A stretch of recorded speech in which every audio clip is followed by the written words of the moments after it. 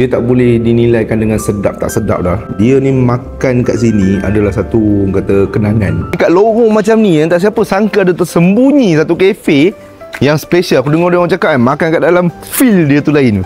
Ni dia, Semuka Event Space. Jom tengok masuk ni feel dia, heritage. Best. Walaupun nampak simple tapi yang penting selesa. Pakai mangkuk tingkat Sanggeh. Kat dalam ni ada nasi, ada 2 serving ni. Lepas tu ikan goreng pedas dengan soda. Tiga jenis lah ni. 3 jenis kat sini. I think lauk saja kot, and then the rest is nasi. Okey, faham. Kita buka tengok. Kau tengok presentation macam ni. Belum makan lagi dah rasa sedap Tengok, warm je hati rasa kan. Best. Walaupun 3 menu, tapi dia unik dengan presentation dia. Ada sotong, ayam dengan ikan. Lagi boleh nampak nasi lemak dia ni. Ini pakai gunakan beras basmati sebab tu lain daripada yang lain. Ini biasa punya nasi lemak, tapi dia luar biasa. Sebab apa kau tengok makan kat sini, dia tak ada rasa aji ke apa tak.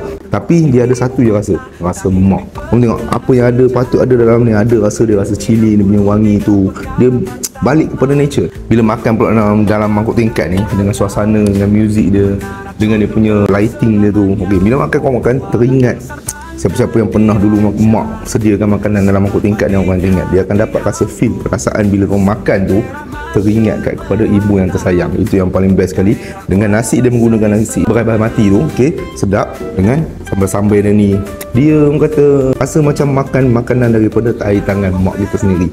Best ni. Rajuk kau boleh nampak makan kat sini dia simple. Menu dia memang cukup simple. Cuma nasi lemak dah ada 3 variasi, ada sotong, ayam dengan ikannya. Bagi aku sini dia tak boleh dinilaikan dengan sedap tak sedap dah. Dia ni makan kat sini adalah satu kata kenangan.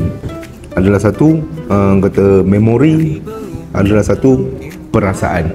Best. Tanya menu-menu tadi tu, nasi lauk-lauk tadi akak yang masak ke? Kakak masak. Akak masak sendiri semuanya. Tu cakap makan kat sini boleh dapat rasa feel tu lah. Tapi saya akan pasti kalau siapa-siapa datang, mesti ada setengah orang akan menitiskan air mata bila makan kat sini. Rasa feel tu memang lain. Best lah. Memang masak sedap. ni anak-anak. Untuk anak-anak kan. Anak suka. Ya. Untuk masakan anak. Ini memang masak untuk anak-anak sebelum ni. Jadi kita tak itulah cakap, kita tak ada rasa macam over sangat punya rasa, tak ada rasa macam Ajinomoto ke orang letak banyak-banyak tu sampai kita tak tahu lagi apa rasa dalam satu-satu menu tu. Tapi ini memang biasa orang makan kat rumah tahulah. Mak masak macam mana, itulah rasa dia. Terima kasih Kak. Jadi ni dia Semuka Event Space kat Ipoh ni. Aku pun tak pasti tempat ni kat mana, so agak susah sikit nak cakap lemak dia ni. Ni apa nama tempat ni? Semuka Event Space, Jalan Ku Chong Kong.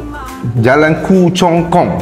Okey. Jadi aku rasa banyak orang pening macam mana nak masuk kat sini. Okey. Jadi aku rasa kau map je lah kan. Semuka Event Space akan automatik tahu sampai kat sini Tapi sini dia parking dia limited sikit lah. Mungkin kena parking kat luar, jalan-jalan masuk dalam sini lah.